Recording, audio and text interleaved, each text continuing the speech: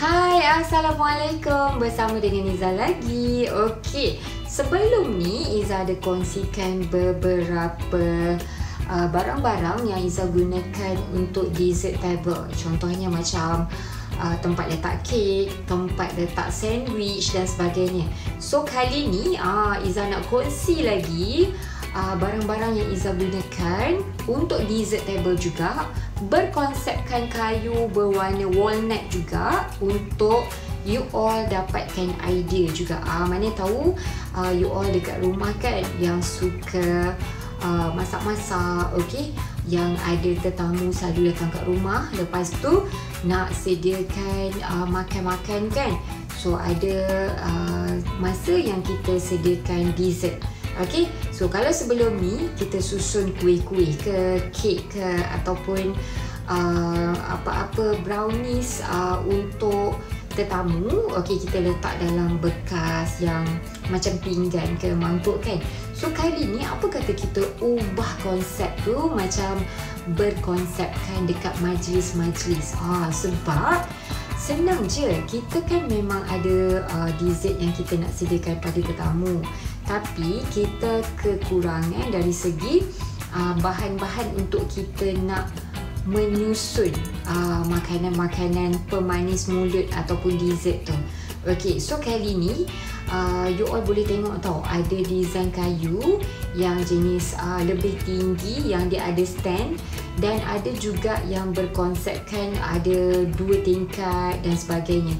Okey, so kalau sebelum ni you all macam hanya pakai pinggan ataupun mangkuk yang macam buffet punya style tu kan, kali ni kita ubah konsep, kita adakan mini buffet yang berkonsepkan dessert table yang kita boleh buat satu sudut yang comel.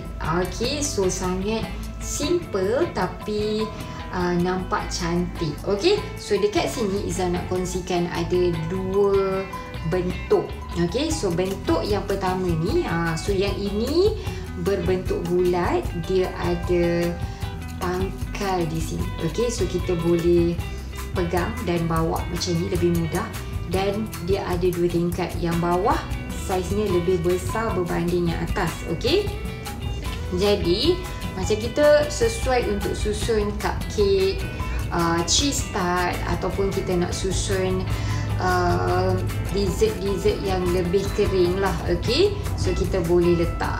So jangan lupa dessert yang kita nak letak atas ni, pastikan ada pakaikan yang macam paper yang bersesuaian untuk kita punya dessert, barulah kita susun ke atas ni supaya lebih bersih. Seterusnya Iza ada konsep yang sama, cuma design dia berbentuk 4 segi macam ni.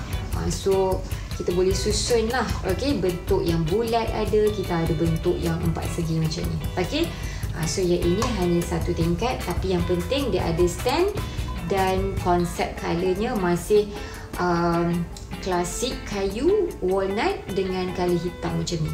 Okey, lagi satu saiz yang Iza ada, bentuk bulat juga, konsep yang sama, kayu dan juga stand dia berwarna hitam, tapi yang ini bulat. So yang ini boleh juga kalau kita nak letak kek yang whole cake kan, cuma yang ni dia tak ada cover macam yang sebelum ni Iza tunjuk.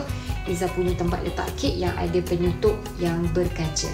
Okey, so kita boleh susun dessert kita dekat atas ni. So dessert table kita, mini dessert table lah, yang dekat rumah pun kita boleh wujudkan dengan lebih kemas dan cantik. Okey, so jumpa lagi. Assalamualaikum, bye.